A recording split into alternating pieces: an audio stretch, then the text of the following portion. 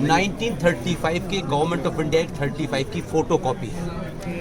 इसलिए आज जो संविधान में आपकी बीमारियों का कहीं कुछ इलाज नहीं है ना, क्योंकि वो तो अंग्रेजों के द्वारा बना हुआ था।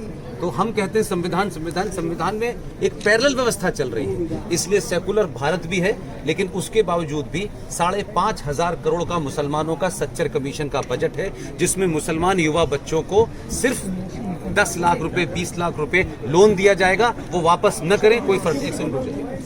इसी तरीके से माइनॉरिटी कमीशन का कई हजार करोड़ का बजट है। इसी तरीके से मुस्लिम मुफस्सला बोर्ड का बजट है। इसी तरह मुस्लिम एजुकेशन बोर्ड का अलग से।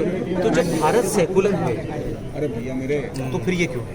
सही बात है। फिर ये क्यों है? तो सब तो आपके मंदिरों पे जो पैसा आप चढ़ाते हैं, जो बात मैं सार्वजनिक मंचों से कहता हूँ, खासतौर से महिलाओं से कह रहा हूँ, आपके मंदिरों पे जो पैसा चढ़ता है उसकी 2 मिसाल देता हूँ। पूरे देश में बड़े बड़े मंदिर हैं। एक है देवस्थानम बोर्ड तिरुपति। हर साल जितना पैसा चढ़ता है उसमें से 1,300 करोड़ रुपया हर साल सरकार देती है। वैष्णो देवी आप जाते हो, माता पे चादर चढ़ाते हो और सब कुछ चढ़ा के आ जाते हो, वहां से 520 करोड़ रुपया सालाना जाता है।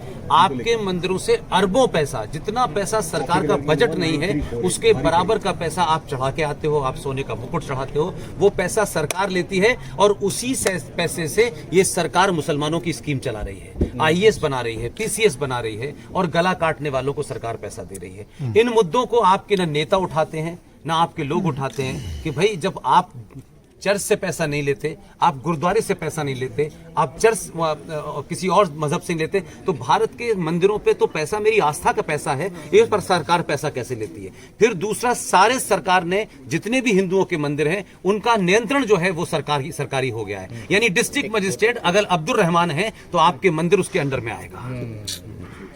तो मैं ये कह रहा हूं कि समाज के ठेकेदार जो हिंदुत्व की सुबह से शाम तक बात करते हैं, वो वैष्णो देवी के ट्रस्ट में 20 मुसलमान क्यों है ये नहीं पूछते।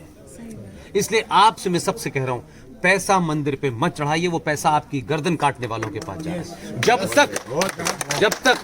जब तक ये पैसा आपका है, मुझे छोड़ के ऐसे पागल इस देश में बहुत कुछ काम कर रहे हैं, उनको जाइए, उनकी जेब में 10 रुपए रख दीजिए। उनको पहचाने कैसे सर? सब इस दौर में सब साफ है, सबको पता है।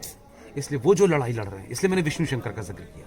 एक साधारण परिवार का लड़का अपने पैसे से फ्लाइट की टिकट लेता है, बनारस में उसके ऊपर हमला होता है, बनारस में फिर हम जाके चीफ सेक्रेटरी से मिलते हैं, उससे सुरक्षा। ये सार्वजनिक मंचों से नहीं कही जा सकती। हमको पैसा कोई आए, उनके साथ ये 2,000 रुपये ले लीजिए। हम ब्यूरो रिपोर्ट, जलको राजपूताना।